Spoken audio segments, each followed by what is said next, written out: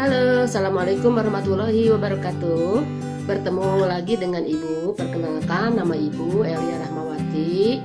Untuk adik-adik kelas 6, mari sekarang kita akan belajar bersama Ibu melalui video. Yang akan kita bahas kali ini adalah pelajaran IPA, yaitu tentang pembelajaran kembangbiakan generatif pada hewan. Setelah kemarin kita belajar tentang perkembangbiakan pada tumbuhan, kita sekarang akan belajar perkembangbiakan pada hewan. Perkembangbiakan hewan ada 3 jenis. Yang pertama ada pipipar, yang kedua ada opipar, dan yang ketiga ada opopipipar. Dalam kesempatan ini kita atau Ibu akan membahas tentang perkembangbiakan pipipar. Anak-anak sekalian, hewan yang mengalami perkembangbiakan secara pipipar, atau kita sekarang bahas dulu ya apa yang dimaksud dengan pipipar. Yang dimaksud dengan pipipar adalah hewan yang berkembang biak dengan cara beranak atau melahirkan, ya. Kemudian yang harus kalian ketahui juga, hewan-hewan yang melahirkan atau pipipar ini mempunyai ciri-ciri tertentu. Yang pertama, cirinya adalah adanya perkawinan antara hewan betina dan hewan laki-laki. Yang kemudian si hewan betina akan mengalami kehamilan. Itu adalah ciri yang pertama. Hamil, di mana di dalam janinnya akan tumbuh, di dalam rahimnya akan tumbuh janin atau bayi, ya. Kemudian yang kedua, si bayi yang tumbuh di dalam janin ibu akan memperoleh, atau induk ya, akan memperoleh makanan dari induknya melalui plasenta atau tali pusat. Kemudian masa pertumbuhan janin relatif lambat, ya, tidak cepat.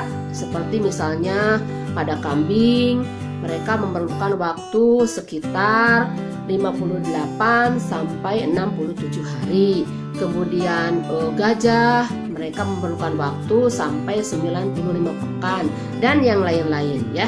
Sama seperti manusia juga kalau hamil, atau ibu kalau hamil memerlukan waktu yang sangat cukup lama, yaitu 9 bulan, ya.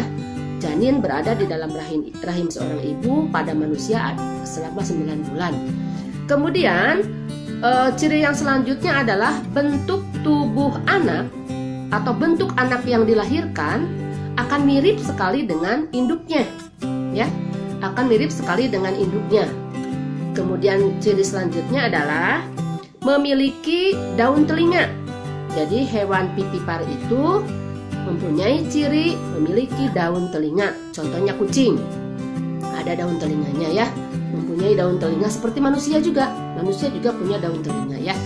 Kemudian ciri yang selanjutnya adalah hewan yang berkembang biak dengan cara pipipar, mereka atau induknya akan menyusui anaknya, ya, akan menyusui anaknya sampai masa-masa tertentu anaknya bisa memakan makanan seperti induknya, seperti kambing.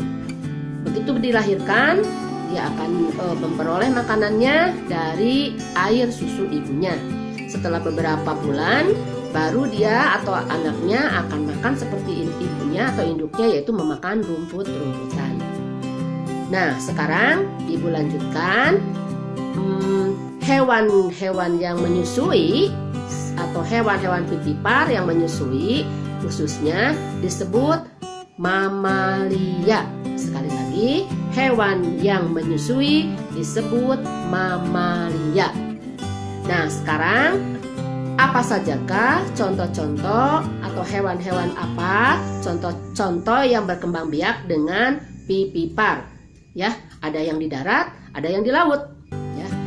Hewan yang berkembang biak dengan cara pipipar yang di darat pasti kalian sudah mengetahui, ya.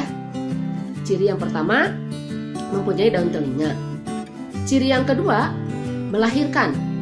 Kemudian ciri yang ketiga adalah yang paling terlihat adalah dia atau induknya menyusui anaknya, ya. Coba sebutkan, ya. Pertama, yang suka ada di rumah, yang suka dipelihara, ada kucing, ada anjing, kemudian ada kelinci, kemudian ada juga yang diternak seperti kambing, ya, sapi. Itu adalah hewan-hewan yang berkembang biak dengan cara pipipar. Kemudian yang di darat tapi di alam terbuka atau di hutan, ada gajah, singa, jerapah, kuda Nil. Itu adalah contoh hewan-hewan yang berkembang biak dengan cara pipipar atau melahirkan. Selanjutnya, selain di darat, ada juga hewan pipipar yang hidup di laut. Yang pertama adalah ada hewan yang namanya ikan paus, ya. Ikan paus berkembang biak dengan cara melahirkan, ya. Dia melahirkan di laut, tidak ke darat dulu. Kemudian yang kedua ada lumba-lumba. Kalian tahu lumba-lumba? Ya, yang hidup suka bergelombol, kemudian suka berenang, berloncat-loncat di atas permukaan laut. Dan yang ketiga adalah anjing laut. Nah, itulah pembelajaran hari ini, yaitu tentang perkembangbiakan hewan secara pipipar. Semoga ada manfaatnya. Terima kasih atas perhatiannya. Wabillahi taufiq wal hidayah. Wassalamualaikum warahmatullahi wabarakatuh.